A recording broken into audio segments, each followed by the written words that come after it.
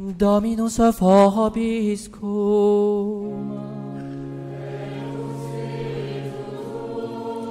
Sequam sia sancti Evangelii secundum Ioannem.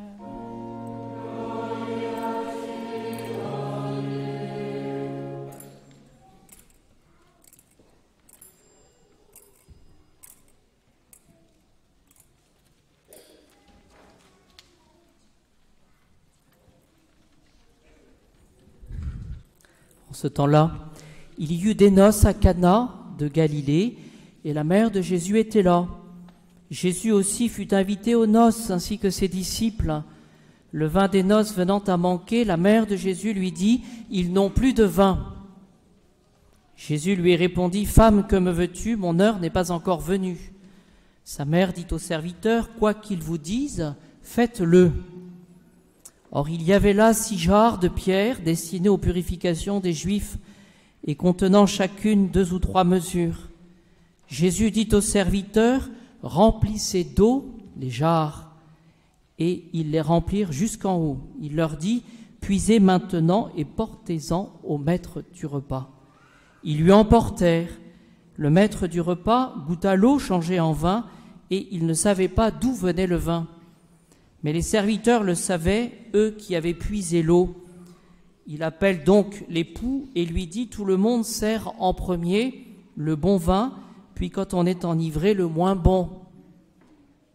Toi, tu as gardé le bon vin jusqu'à maintenant. » Tel fut le premier signe que Jésus accomplit, c'était à Cana de Galilée.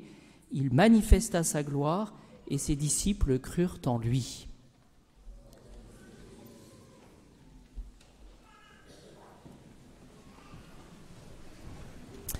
Au nom du Père, du Fils et du Saint-Esprit, ainsi soit-il. Cet évangile, bien chers amis, des noces de Cana, va nous servir ce matin, va nous donner l'occasion de méditer sur la façon de prier, comment prier. Vous voyez, ce que nous avons chanté tout à l'heure avec le Kyrie eleison, c'est que nous avons manifesté au bon Dieu notre pauvreté. Ayez pitié de nous, Seigneur. Pourquoi? Parce que je suis pécheur. Voilà. Alors Notre-Dame, pour résumer les choses, nous donne l'exemple aujourd'hui de ce qu'on appelle, dans la vie spirituelle, nous donne l'exemple de la prière d'exposition. C'est-à-dire que finalement, dans la prière, on ne va pas réclamer quelque chose, mais on va signifier au Christ Jésus ce que nous sommes et le manque que nous avons. C'est ce que nous retrouvons dans la prière de Notre-Dame adressée à Jésus. Ils n'ont plus de vin. Voilà. Alors pour que les enfants entrent bien aussi dans la méditation de cette forme de prière, les enfants, je suis sûr que si vous demandez aux parents, vous dites « je veux ça », en général ça ne marche pas trop, enfin ça dépend, mais je pense que ça ne marche pas. Mais si on montre son assiette vide, ben la maman vient et va remplir de frites ou d'autres choses l'assiette. C'est-à-dire que prière d'exposition, c'est ce que j'aimerais ce matin vous donner quelques principes. Alors ce qu'il faut retenir tout d'abord, c'est la conclusion de l'Évangile.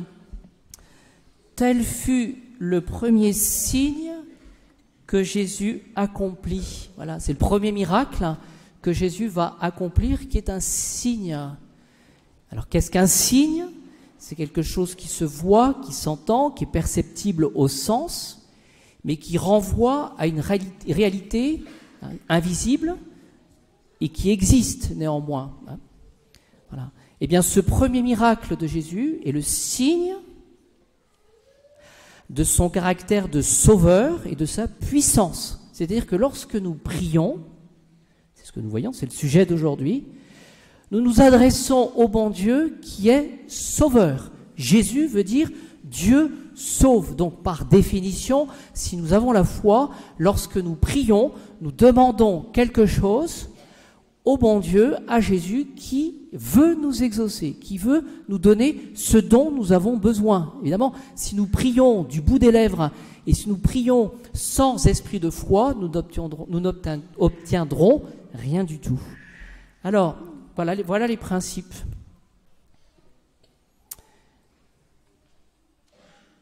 Ce qu'il faut considérer lorsque Notre-Dame dit « ils n'ont plus de vin », c'est qu'elle sait, Notre-Dame, que Jésus va agir, d'une manière ou d'une autre, et que Jésus va agir. Pourquoi est-ce que Notre-Dame sait cela? Eh bien parce que elle sait, Notre-Dame, que quand Jésus dit quelque chose, il le fait. Et ça, c'est pas ce que nous faisons, nous. Quand Jésus affirme quelque chose, il le fait. Et les théologiens parlent d'efficience. C'est-à-dire que Dieu, sa fonction, puisqu'il est miséricordieux, et Jésus vient pour nous sauver. Donc Jésus vient pour nous donner ce dont nous avons besoin. Vous voyez, lorsque le bon Dieu crée le monde, Dieu dit et le monde est. Voilà. Ce que Jésus dit, il le fait. Et Marie, et c'est ça qu'il faut comprendre, va entrer dans cette efficience. Et Marie va le comprendre cela.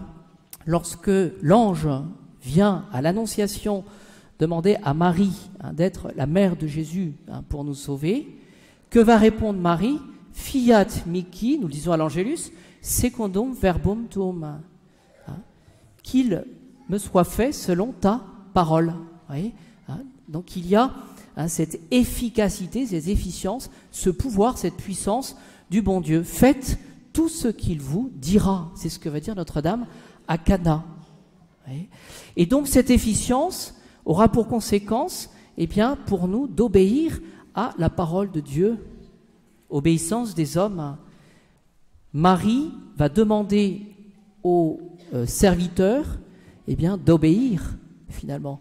Et c'est ce que vont faire les serviteurs. Ils ne comprennent pas trop ce qui va se passer, mais ils vont disposer les jarres pour qu'elles soient remplies d'eau, cette eau qui sera transformée en vin. Remplissez les jarres. Et donc, voyez-vous, Marie peut nous enseigner aujourd'hui, eh bien, de croire un peu plus en la puissance du bon Dieu. Faites ce qu'il vous dira. Voyez, prière d'exposition. Seigneur, je suis pécheur. Seigneur, eh bien, je n'y arrive pas, j'ai besoin de vous, le Seigneur va aider.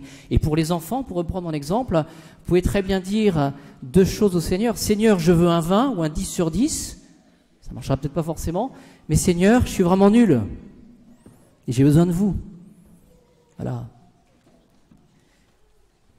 Que dit saint François de Sales sur cette prière d'exposition? Seigneur, j'ai besoin de vous. Seigneur, je connais telle difficulté. J'ai tel enfant qui pose tel problème. Seigneur, il me manque de l'argent pour finir mes mois. Voilà. Eh bien, saint François de Sales dit que la Sainte Dame, parler un petit peu à l'ancienne, la Sainte Dame parle à notre Seigneur avec la plus grande révérence, dit-il, et avec la plus grande humilité. Elle s'en va à Jésus, non point, dit-il, avec arrogance, comme font plusieurs personnes indiscrètes et inconsidérées, mais avec humilité. Voilà, c'est ce que dit saint François de Sales. Oh, dit-il, c'est une excellente manière de prier que celle de se contenter de représenter simplement nos nécessités à notre Seigneur. Seigneur, ça va pas. Seigneur, j'ai telle difficulté. Voilà. Et donc, on laisse à Jésus la possibilité de laisser faire, nous tenant assurés qu'il y pourvoira selon ce qui sera, dit-il, pour nous le plus convenable. C'est-à-dire finalement, on donne au Seigneur notre situation et nous avons confiance dans la solution que donnera le Seigneur. Et c'est ce qui nous permet, voyez-vous, d'être un peu plus détachés. Parce que le Seigneur nous donnera la réponse, mais celle qu'il voudra lui, et non pas nous, la solution peut-être trop facile que nous voulons avoir. Que dit saint Augustin sur la prière de simple exposition? Avec humilité, dit-il, nous sommes des mendiants. Voilà. Et c'est ça qu'il faut montrer. Ils n'ont plus de vin. Alors, on imagine l'embarras du maître de maison, des serviteurs plus exactement, quand il n'y avait plus de vin. Nous sommes, dit saint Augustin, des mendiants, et nous devons implorer de sa miséricorde de ce que nous ne pouvons obtenir en justice, mais par miséricorde, justement.